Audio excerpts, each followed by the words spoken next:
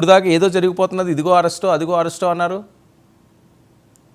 వర్మ గారు, మీకు ప్యానెల్ ఉన్న పెద్దలకి, డబుల్ వీక్షలకి, యజమానానికి హృదయపూర్వక నమస్కారాలు.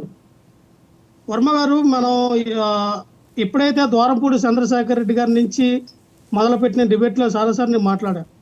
ద్వారంపూడి చంద్రశేఖర్ రెడ్డి గారిది దాదాపుగా 50,000 టన్నులు రైస్ పట్టుకున్నాం, సీజ్ చేసాం అని చెప్పారు. అసలు ఎప్పటి నుంచో చెప్పుకొస్తూ ఉన్నారు. దాదాపుగా నాకు తెలిసి అధికారంలోకి వచ్చిన 20-90 రోజుల్లో ఇదే నడుస్తూ ఉంది. కానీ పర్టికులర్గా వాళ్ళ దగ్గర ఎటువంటి ఆధారాలు లేవు. ఇప్పుడే కాదు, నాదెండ్ల మనోహర్ గారు మేము జనసేన పార్టీ ప్రతిపక్షంలో ఉన్నప్పుడు కూడా ద్వారంపూడి చంద్రశేఖర్ రెడ్డి గారి మీద చాలా అలిగేషన్స్ చేశారు. సరే, మీరు అధికారంలోకి వచ్చి 60-70 రోజులు అవుతున్నా మీకు ఆధారాలు లేవు. ఆధారాలు లేకుండా ఏవో చెప్పడం, అక్కడ ఇన్ని వేల టన్నుల సీజ్ చేసాం, ఇక్కడ ఇన్ని వేల టన్నులు సీజ్ చేసాం చెప్తూ ఉన్నారు. కానీ ప్రాపర్గా వాళ్ళ దగ్గర ప్రూఫ్స్ లేవు. ఇంకొకటే చెప్తా ఉన్నాం, ఈ రోజున ద్వారంపూడి చంద్రశేఖర్ రెడ్డి గారు ఎందుకు అంత గట్టిగా మాట్లాడారంటే, మీరు పద్దాక నన్ను బద్నాం చేయడం కన్నా మీ దగ్గర అయినా ఎటువంటి ప్రూఫ్స్ ఉంటే ఖచ్చితంగా రండి, అరెస్ట్ చేయండి, నేను లీగల్గా ఫైట్ చేస్తాను, అంతేగాని లేనిపోవడం అలిగేషన్ చేయొద్దని అన్నారు. మేము కూడా డే 1 నుంచి కూడా ఇదే చెప్తా ఉన్నాం. మీ దగ్గర ప్రాపర్గా ప్రూఫ్స్ ఏమైనా ఉంటే రండి, డాక్యుమెంట్తో రండి, తెలుసుకుందాం. మనకు చట్టాలు ఉన్నాయి, న్యాయాలు ఉన్నాయి, జడ్జిల జ్యుడిషియరీలో మనం తెలుసుకుందాం.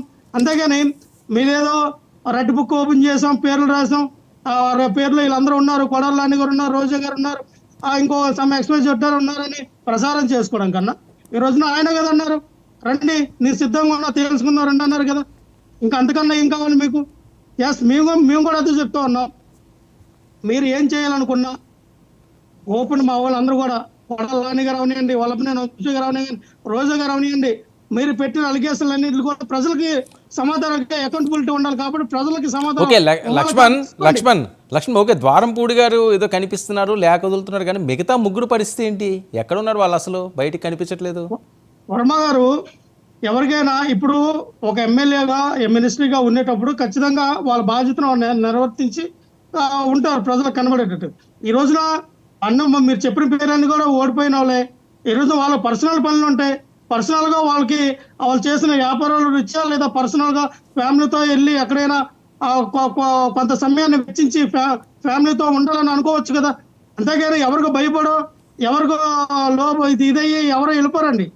ఎందుకంటే ఇక్కడ ఈ రోజున ఎవరికి భయపడే రోజులు కాదు, పరిస్థితులు కాదు. ఎందుకంటే ఖచ్చితంగా మేము చేసినటువంటి జగన్మోహన్ రెడ్డి గారు ట్రాన్స్ఫర్ గా ఎవరికైతే మేము ప్రజా సంక్షేమ పథకాలు ఇచ్చామో నెట్ జగన్మోహన్ రెడ్డి గారు బటన్ నొక్కారు, వాళ్ళకి 4,75,000 కోట్ల రూపాయలు నాన్ డిబేట్ ద్వారా ఇచ్చాం. ఇక్కడ అవినీతి జరగడానికి ఏముంది? గత ప్రభుత్వం సో ఏమీ లేదు అంటే ఈ ద్వారంపూడి గారి అంశం కానీ ఏ అంశం కానీ ఏం లేదు, అంతేనా? ఏమి లేదండి. వీళ్ళు కొండను తవ్వి ఎలుక పట్టే ప్రయత్నం చేస్తూ ఉన్నారు, కానీ అక్కడ ఎలక కూడా దొరకదు.